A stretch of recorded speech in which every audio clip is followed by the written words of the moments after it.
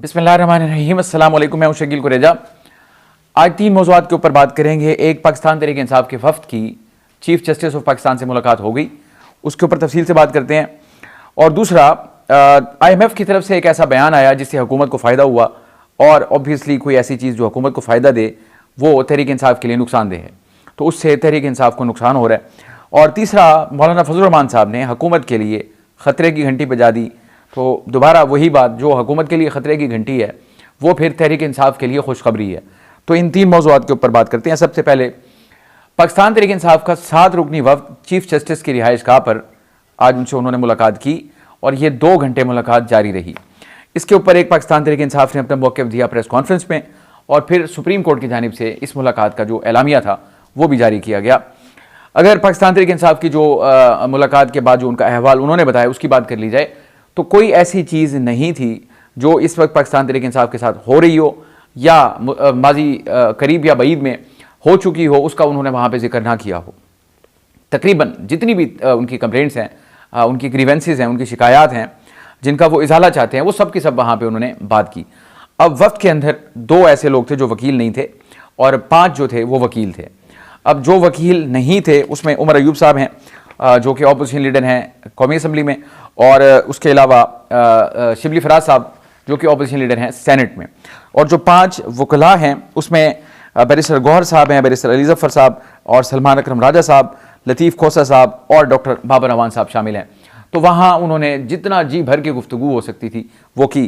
अगर गुफ्तगू का अहवाल आपके सामने रखें, जो खबरें आई सामने, उसके मुताबिक चीफ जस्टिस साहब ने गुफ्तगू सुनी और ये जो अराकीन थे वफ़द के, उनकी जानिब से गुफ्तगू की गई।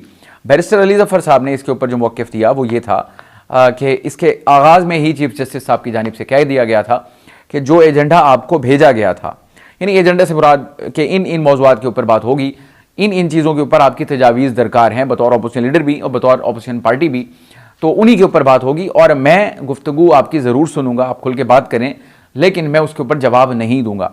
और ये उनके मनसब का तकाजा भी था। अगर वो कोई कमिटमेंट करते हैं, कोई बात करते हैं, तो फिर वैसे भी ये मुलाकातें जो हैं सियासी उनसर उसका इस वक्त नमूदार तो हो चुका है। अगर वो इस पर कोई कमिटमेंट देते, कोई जवाब देते, तो फिर उससे उनकी, यानी इसको कह सकते हैं कि उन्होंने एक पोजीशन ली है। तो इसलिए उन्होंने खामोशी जो है उनको पहले ही बता दी थी कि मैं आपकी बात सुनूंगा लेकिन जवाब नहीं दूंगा, according to barrister Ali Zafar साहब जो कि मुलाकात में शामिल थे।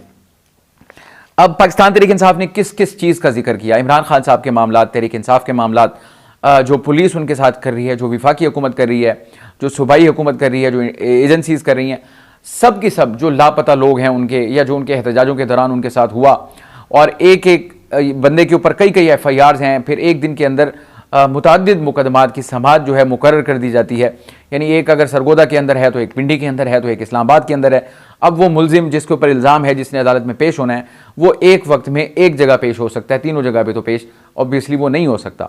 हाँ, अगर एक ही शहर के अंदर हो, चलें मुश्किल से ही सही वो पहुँच सकता है, लेकिन वो नहीं पहुँच सकता मुख्तलिफ शहरों में एक ही दिन में। तो उसका भी चीफ जस्टिस के सामने उन्होंने यानी कि अपना इजहार किया कि ये उनको सारे मामला दरपेश हैं। अगर मैं इसको नट शेल में कहूँ, आपको याद है आज से चंद दिन पहले इमरान खान साहब की जानिब से चीफ जस्टिस के नाम एक बड़ा तवील ख़त लिखा गया, जिसमें डॉक्यूमेंट्री एविडेंस भी शामिल है, और 349 सफ़ात पर मुश्तमिल वो ख़त था, और वही वो उन्होंने IMF को भी भेजा। उसके ऊपर चले मैं बाद में बात करता हूँ। तो वो अब यानी उसमें सब कुछ था। मैं इसको पाकिस्तान तहरीक इंसाफ के लिए एक बड़ी कामयाबी कहता हूँ। उसकी वजह यह है, पाकिस्तान तहरीक इंसाफ अपनी हर चीज़ को रिकॉर्ड पर रखती है, चाहे वो ट्विटर हैंडल के ऊपर हो, जैसे खतूत हैं उनके, वो अब रिकॉर्ड का हिस्सा हैं, वहाँ से वो डिलीट तो नहीं करेंगे। वो एक हिस्ट्री उनकी बन रही है, एक आर्काइव बन रहा है, जो जो उन्होंने एफर्ट की वो रिकॉर्ड का हिस्सा बना रहे हैं। अब जो इनका ख़त था, ख़त के बाद चीफ जस्टिस का मौक़िफ़ ये था कि चूँकि वो 184(3) के तहत आता है, यानी कि वो एक आइनी मामला है, तो वो उन्होंने आइनी कमेटी को भेज दिया है, आइनी बेंच ही उसको देखेगा। ख़त जो था वो चला गया आइनी मामला के ऊपर, यानी कि आइनी मामला है तो वो आइनी बेंच देखेगा, जिससे चीफ जस्टिस का कोई लेना देना नहीं। लेकिन आज उन्होंने वो तमाम चीज़ें मुख्तसरन ही सही चीफ जस्टिस के सामने रूबरू, उनके सामने यानी बिलमुशाफा वो सारी सूरत हाल अपनी रख दी। इससे मुराद ये है कि पाकिस्तान तहरीक इंसाफ ने अपना जो भी उनका एहतजाज था, जो उनकी शिकायत थी, जिनका वो इजाला चाहते हैं, वो सारी की सारी पाकिस्तान के चीफ जस्टिस के आगे बिलमुशाफा रख दी हैं। अब इसके बाद खबर ये भी आ रही है कि इसके ऊपर चीफ जस्टिस ने उनको ये कहा कि आप अपनी तमाम चीज़ें तहरीरी तौर पे मुझे दें और मैं आपको उनका तहरीरी जवाब दूंगा। ये खबरें आ रही हैं, मेरी ज़ाती इत्तला ऐसी कोई नहीं है, अलबत्ता मैंने ये सुना है कुछ लोगों को ये बात करते हुए। बहरहाल अगर वो तहरीरी तौर पे देते हैं तो वो यहाँ कह सकते थे कि वो तो ऑलरेडी हमारा ख़त की शक्ल में जो दस्तावेज़ है 349 की वो ऑलरेडी मौजूद है। अब देखना होगा कि पाकिस्तान तहरीक इंसाफ उनको तहरीरी तौर पे देगी या नहीं देगी, ये बात की बात है, और फिर उसका जवाब आता है या नहीं आता। लेकिन अगर मैं इसको हासिल इसका बताऊँ, अब इस वक्त चूँकि इंतज़ामी मामला चलें सुप्रीम कोर्ट के चीफ जस्टिस ऑफ पाकिस्तान के पास हैं, लेकिन 26वीं आईनी तरमीम के बाद जो इख्तियारात एक चीफ जस्टिस के पास हुआ करते थे वो तो अब इनके पास नहीं है।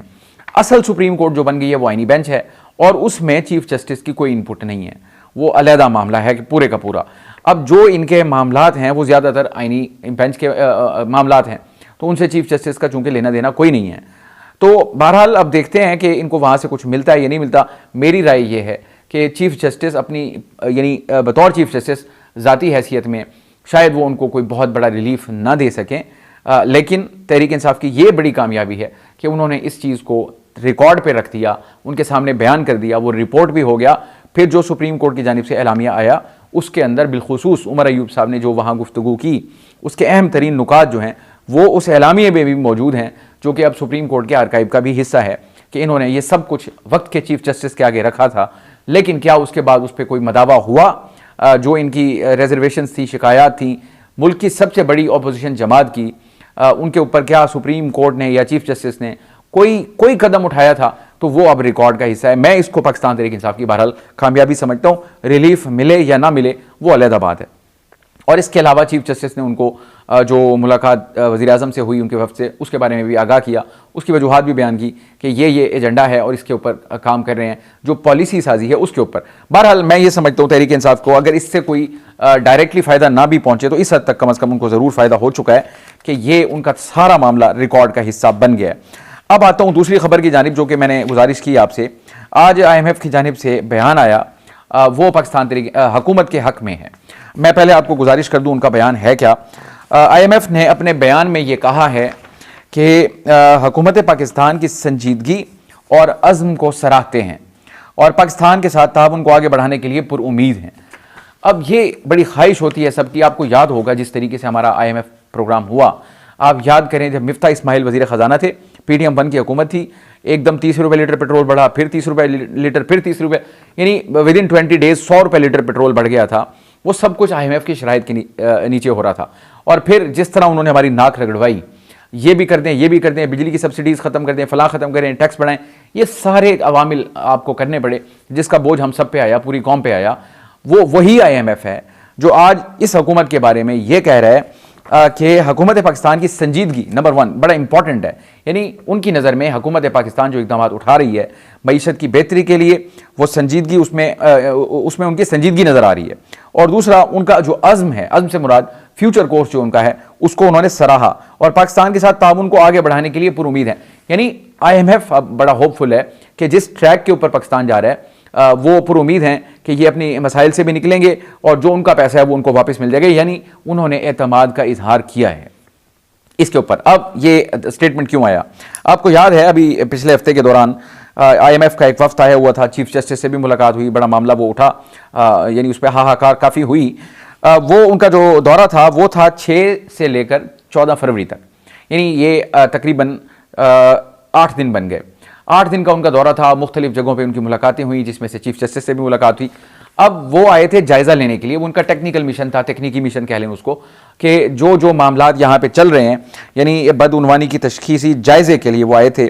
आपकी गवर्नेंस, आपकी ट्रांसपेरेंसी और आपकी जो इक्तसादी नताइज हैं, इन सारी चीज़ों के अवामिल को वो यानी देखने के लिए आए थे कि किस रुख पे जा रहे हैं, जो उनका पैसा है वो वापस उनको मिल सकता है या नहीं मिल सकता, या जो इनकी डायरेक्शन है हुकूमत पाकिस्तान की, चाहे वो इक्तसादी मामलात में हो, गवर्नेंस हो, शफाफियत हो, इन सारी चीज़ों पे उन्होंने तसल्ली का इजहार किया।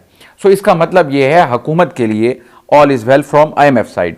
अब अगर IMF साइड से इनके लिए ऑल इज़ वेल है तो इसका मतलब ये है कि पाकिस्तान के जो इकोनॉमिक सूरत हाल है, अगर IMF, मैं अब पहले भी गुजारिश करता रहा हूँ, वो मेन स्विच है किसी घर का, अगर वो ऑन हो जाए तो फिर सऊदी अरब भी पैसे देगा, UAE भी देगा, कतर भी दे देगा, वर्ल्ड बैंक भी दे देगा, एडीबी भी, सारे दे देंगे। अगर आईएमएफ को शिकायत हों तो फिर ये जो नीचे छोटे छोटे स्विच हैं ये सारे बंद हो जाते हैं कि जब तक बड़ा स्विच ऑन नहीं होगा इनसे कोई फायदा नहीं होगा। अगर आईएमएफ तारीफें कर रहा है तो इसका मतलब ये है कि जो बाकी डोनर्स हैं ये दे सकते हैं, तो वो भी तसल्ली का इजहार करते हैं, उनकी तसल्ली तशफ़ी हो जाती है कि इनके मामला ठीक चल रहे हैं, यहाँ पे पैसा लगाया जा सकता है। और हुकूमत कोशिश भी कर रही है SIFC के तहत, उसमें आर्मी चीफ का भी रोल है, खुद वज़ीर आज़म सब जब इसका इजहार करते हैं तो यह हक बजानिब है हम कहने में कि उनका इसमें कलीदी किरदार है, मिल के काम कर रहे हैं, जिसके नताइज हमें ये नज़र आ रहे हैं कम अज़ कम। अब ये तहरीक इंसाफ के लिए बुरी खबर क्यों है? नंबर एक, अभी आपको याद है इस वक्त भी पाकिस्तान तहरीक इंसाफ की जो एक कैंपेन है तरसीलात ज़र के हवाले से, वो ऑन गोइंग चीज़ है, वो अभी भी चल रही है। इमरान खान साहब उनको कह रहे हैं कि आप पाकिस्तान में पैसे ना भेजें, अपनी जो रेमिटेंसेज हैं। अब ना भेजने का मतलब ये होता है ऑब्वियसली उससे डॉलर की शॉर्टेज होगी और वो हुकूमत के लिए एक क्राइसिस बनेगा, एक प्रॉब्लम बनेगा। तो अब यानी वो तो यानी आपके रेमिटेंसेस को रोकना चाहते हैं। और IMF को आपको याद है वो ख़त भी लिख चुके थे, और अभी इसी दौरे के दौरान ही उन्होंने उमर अयूब साहब ने अपने ट्वीट के ऊपर ये कहा था कि ये सारी चीज़ें जो हैं चीफ जस्टिस को लिखा आने वाला ख़त और जो उनके डॉक्यूमेंट्री एविडेंसेस हैं वो और लेटर्स, ये सारी चीज़ें हमने IMF को भेज दी हैं। अब उसके बाद IMF की जानिब से ये बयान आना पाकिस्तान तहरीक इंसाफ के लिए डेफिनेटली एक धचका तो है, क्योंकि इन अवामिल से हुकूमत मजबूत होगी, और अगर हुकूमत मजबूत होती है तो तहरीक इंसाफ का जो ऑब्जेक्टिव है, जो उनकी कोशिशें हैं, उनको ज़िक पहुँचती है। तो ये हुकूमत के लिए मेरा ख्याल है अच्छी खबर, और पाकिस्तान तहरीक इंसाफ के लिए बुरी खबर ही मैं इसको कहूँगा। अब आते हैं जो हुकूमत के लिए बुरी खबर है और तहरीक इंसाफ के लिए अच्छी खबर है, वो तीसरे आज का मौजू है हमारा। अपोजिशन का ग्रैंड अलायंस जो बन रहा है उसके बारे में इतलात ये हैं, खबरें आ रही हैं कि 26 और 27 फरवरी को ऑल पार्टीज़ कॉन्फ्रेंस होगी जिसमें हुकूमत शामिल नहीं होगी। ऑल पार्टीज़ कॉन्फ्रेंस से मुराद जितनी अपोजिशन की जमातें हैं, चाहे वो पार्लियामान के अंदर हों या पार्लियामान के बाहर हों, उन सबको मदऊ किया जाएगा, और ये APC होगी इस्लामाबाद में। अब वो किससे मुताल्लिक होगी? ये वाली APC ऑब्वियसली अपोजिशन का काम ये होता है कि हुकूमत को टफ टाइम देना, उनकी पॉलिसियों पे तनकीद करना। हमारे यहाँ ये रिवाज है हुकूमत को डिसलॉज करने की पूरी कोशिश करना, और पाकिस्तान तहरीक इंसाफ तो उसको कबूल भी नहीं करती। तो अब हुकूमत के खिलाफ ये जो बड़ा महाज बन रहा है वो कितना मजबूत होगा, कितना कमज़ोर होगा, उसका तयन तो होगा गालिबन 26-27 को। अगरचे अगर आप वन पेज को देखें ट्राइका था हमारे यहाँ, एस्टैब्लिशमेंट, अदलिया और एग्जेक्टिव। अब माजी हमें यह बताता है कि एस्टैब्लिशमेंट और अदलिया एक पेज पे होती थी तो हुकूमत जद में आ जाती थी, एस्टैब्लिशमेंट और हुकूमत एक पेज पे हो तो अदलिया कुछ नहीं कर सकती। इस वक्त आपको ये तीनों सेम पेज पे नजर आ रहे हैं बज़ाहिर क्या चीज़ें एविडेंट है, हमें नजर आ रही हैं। अगर एस्टैब्लिशमेंट माजी में कोई काम करवाती थी तो बजरिया एस्टैब्लिशमेंट, अब एस्टैब्लिशमेंट और हुकूमत सेम पेज पे हैं, और जो अदलिया से हमें मामला नजर आ रहे हैं, जजेस की तैनातियाँ हों हाई कोर्ट के अंदर, जो मामला चल रहा है वो, फिर उनके जो ट्रांसफर्स हुए वो, फिर उसके बाद वहाँ पे जो कायम मकाम चीफ जस्टिस बने वो, फिर 26वीं तरमीम के बाद आईनी बेंच का बनना वो, ये सारी चीज़ें आपको इंडिकेट करती हैं ये ट्राइका जो है, यानी सुप्रीम कोर्ट हो और इसके अलावा आपकी एग्जेक्टिव हो और इस्टेब्लिशमेंट, वो एक पेज पे नजर आ रहे हैं। तो इस लिहाज से ये तो वाज़ेह है बड़ा इंप्रेशन कि बज़ाहिर हुकूमत को कुछ नहीं होने लगा, लेकिन अपोजिशन का काम होता है वो अपना जोर पूरा लगाएंगे। क्या वो फतह कर सकते हैं इन तमाम अवामिल को, ये इसका तयन वक्त करेगा। बहरहाल अब उनकी जो APC होगी, आज मौलाना फजल रहमान साहब की मैंने जो गुजारिश की खतरे की घंटी, अब सबसे बड़ा वजन जो है पाकिस्तान तहरीक इंसाफ के बाद इस वक्त स्ट्रीट पावर में, वो है मौलाना फजल रहमान साहब। तहरीक इंसाफ को तो इजाज़त नहीं है, स्ट्रीट पावर मौजूद है, इंतज़ामी मामलात हैं उनके, लेकिन उनके ऊपर सख्ती भी बहुत ज़्यादा है। उनका लीडर और उनकी टॉप टियर लीडरशिप वो सारी अभी भी पाबंद सलासल या अंडरग्राउंड है। वर्कर जो है उसके ऊपर बड़ा यानी कि सख्त माहौल है। 26 नवंबर को जो हुआ वो उसकी सबसे बड़ी एग्जाम्पल है। अब मौलाना फजल रहमान साहब के हवाले से उनके जो तर्जुमान हैं, आज उन्होंने एक बयान जारी किया, और उस बयान के मुताबिक उन्होंने ये कहा कि मौलाना फजल रहमान के इत्तेहाद में शमूलियत से अपोजिशन मजबूत होगी, यानी आपको इसमें इंदिया नजर आ रहा है। और आगे जो अगली बात है वो उसकी उनकी इंपॉर्टेंट है। आगे वो कहते हैं कि आहिस्ता आहिस्ता ग्रैंड अलायंस की तरफ बढ़ रहे हैं। तो ग्रैंड अलायंस इस वक्त पाकिस्तान तहरीक इंसाफ को अगर किसी की मदद चाहिए, यानी कि अलायंस को मजबूत बनाने में या अलायंस को अलायंस की शक्ल देने में, वो है मौलाना फजल रहमान साहब का वजन। अगर मौलाना फजल रहमान साहब इस अलायंस में अपना वजन डाल देते हैं तो फिर आप यकीन करें वो जो ट्राइका है वो जितना ही मजबूत क्यों ना हो, लेकिन अगर ये कॉम्बिनेशन बनता है PTI और मौलाना फजल रहमान साहब, बाकियों को भी मिला लें लेकिन इन दो का, तो फिर ये एक बड़ा ही सीरियस और संजीदा चैलेंज होगा हुकूमत के लिए, क्योंकि इन दोनों का जो कॉम्बिनेशन होगा वो बड़ा लीथल होगा।